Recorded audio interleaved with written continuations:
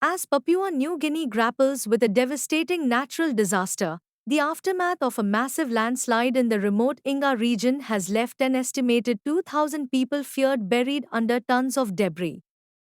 The catastrophe, which struck early Friday morning, has overwhelmed rescue teams and sparked an urgent international response. Initial reports from the country's National Disaster Center suggested a much lower toll, but as assessments progressed, the scale of the disaster became alarmingly clear.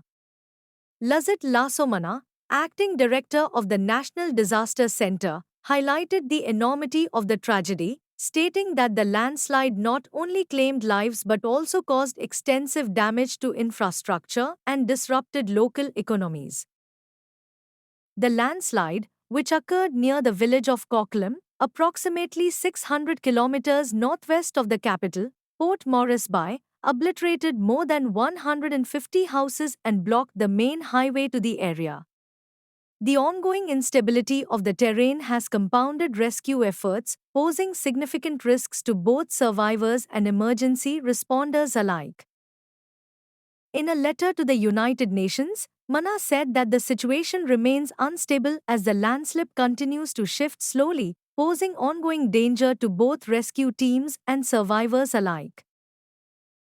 Papua New Guinea, known for its rugged terrain and challenging access routes, has further complicated rescue efforts. Pierre Rognon, an expert from the University of Sydney, noted the difficulties inherent in such operations. Geological factors likely played a critical role in triggering the disaster.